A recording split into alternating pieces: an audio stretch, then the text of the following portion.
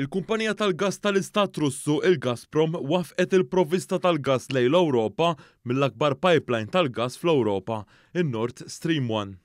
Ir-Russja qed tgħid li dan ġara minħabba li hemm bżonn issir tiswija f'dan il-pipeline. Il-Gazprom qalet li dan il-proċess ta' tiswija se jdum għal madwar 3 ijiem.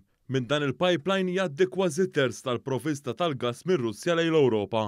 Il-Gvern Russu kien diġà naqqas b'mod sinifikanti l-esportazzjoni tal-gas minn dan il-pipeline f'Lulju u dan wassal għal kriżi tal-enerġija li bħalissa qed takkes il-kontinent Ewropew. Bosta analisti qed jaraw din l-azzjoni flimkien mal-azzjonijiet li qabel il-Gvern Russu bħala użu minn Putin ta' dan is-sors ta' enerġija bħala arma politika. Il-Kremlin kien qal li se jkompli jnaqqas jew saħansitra iwaqqaf il-provvista tal-enerġija tal-gas lejn l-Ewropa. Dan it-teddid min-naħa tar-Russi qed isir minħabba li l-Unjoni Ewropea imponiet diversi sanzjonijiet fuq Mosca b'reazzjoni għall-invażjoni Russa fl-Ukrajna. Intant il-President tal-Kummissjoni Ewropea Ursula von der Leyen ħabbret li għax-xitwa l-Unjoni Ewropea laħqet il-medja tar-riserva tal-gas ta' 80%. And here's good news.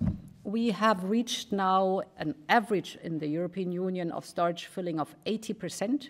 So we basically have reached already the amount that we have agreed on for this year, but we know that we will increase the storage filling. Dan ifisser li l-Unjoni Ewropea laħqet l-ammont ta' riserva ta' gas li għandha bżonn sabiex tgħaddi għal din ix-xitwa meta l-maġġoranza l-familji Ewropej ikunu jridu jsaħħnu djarhom minħabba il-kesħa.